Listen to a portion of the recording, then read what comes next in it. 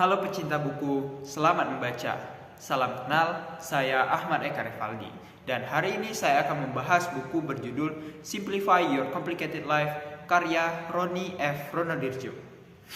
Saat buku ini berada di tangan kalian, maka kalian akan merasa seperti di hadapan para master praktisi Neuro Linguistic Programming atau NLP, dan mereka sedang berbagi kepada kalian tentang pengalaman mereka, bagaimana sikap mereka menghadapi berbagai situasi kehidupan menggunakan NLP.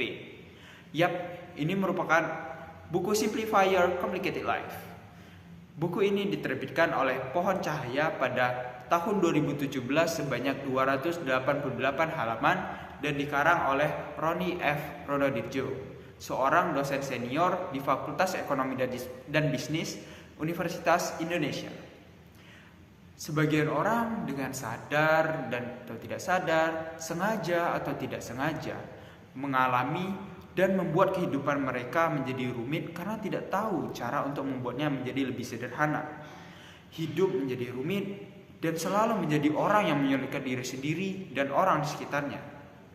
Hal itu seharusnya tidak terjadi apabila orang tersebut mengetahui cara untuk menghilangkannya dengan cepat dan mudah. Jadi pada prinsipnya, setiap orang memerlukan cara untuk melakukan simplify their complicated life, agar berbagai kehidupan yang dijalani terasa menjadi lebih sederhana, lebih mudah, dan tentu saja lebih menyenangkan. Dan di sini saya mendapatkan 3 poin menarik setelah saya membaca buku ini. Yang pertama adalah Cartesian Logic atau logika Kartesian. Logika ini merupakan logika yang menanyakan diri sendiri tentang suatu kebiasaan yang harusnya kamu hentikan ataupun kamu lanjutkan. Ada 4 pertanyaan dalam logika ini, yaitu kalau saya terus melakukan hal ini, untungnya apa? Kalau saya berhenti melakukan hal ini, untungnya apa? Kalau berhenti melakukan hal ini, ruginya apa? Dan kalau terus melakukan hal ini, ruginya apa? Kalian akan merasa seperti pendulum yang bergerak ekstrim sekaligus terhempas antara saat untung jika menghentikan dan rugi untuk meneruskan maupun sebaliknya.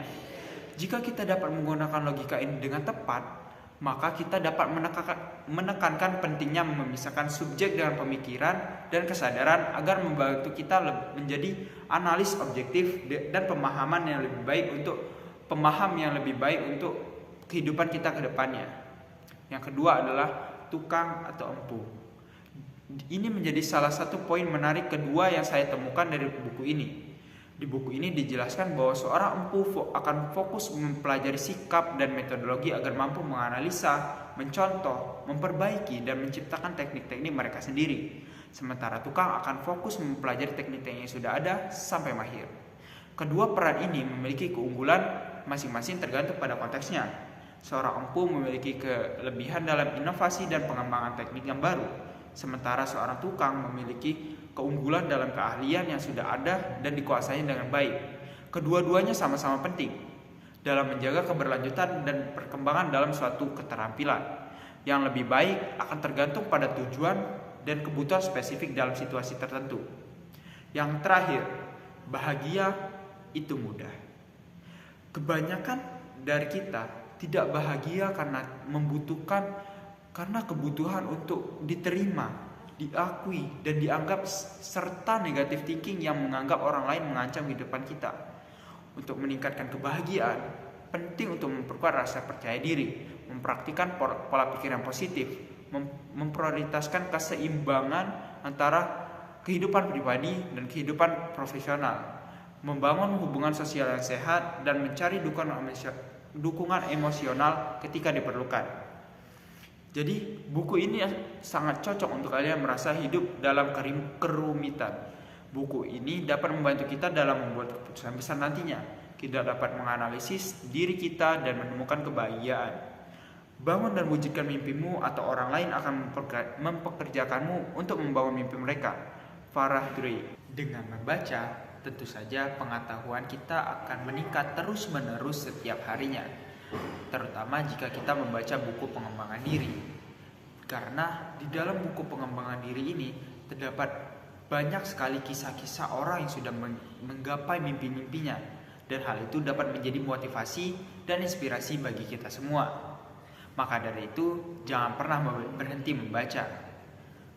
Tetapi, tidak hanya membaca, kita juga perlu melakukan aksi yang nyata agar semua mimpi yang kita impikan dapat kita realisasikan.